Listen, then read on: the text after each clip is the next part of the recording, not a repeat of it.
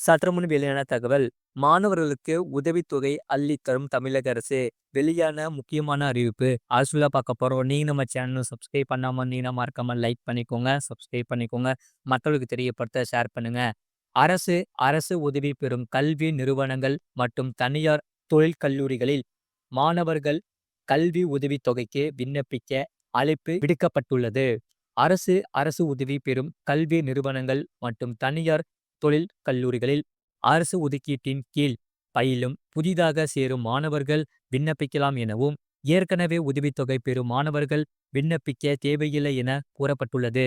இது தொடர்பாக தமிழக அரசு வெளியிட்டுள்ள அறிவிப்பில், அரசு அரசு உதவி பெறும் கல்வி நிறுவனங்கள் மற்றும் தனியார் தொழில் கல்லூரிகளில் அரசு ஒதுக்கீட்டின் கீழ் பயிலும் பிற்படுத்தப்பட்ட பிவா, மிக பிற்படுத்தப்பட்ட மீபிவா மற்றும் சீர்மரபினர் சி மாணவ மாணவிகளுக்கு பள்ளி மேற்படிப்பு கல்வி உதவித்தொகை, அதாவது யாசவி போஸ்ட் மெட்ரிக் ஸ்காலர்ஷிப் திட்டம் நிபந்தனைகளின் அடிப்படையில் பிற்படுத்தப்பட்டோர், மிக பிற்படுத்தப்பட்டோர், மறுபான்மையினர் நலத்துறை மூலம் வருடந்தோறும் செயல்படுத்தப்பட்டு வருகின்றன.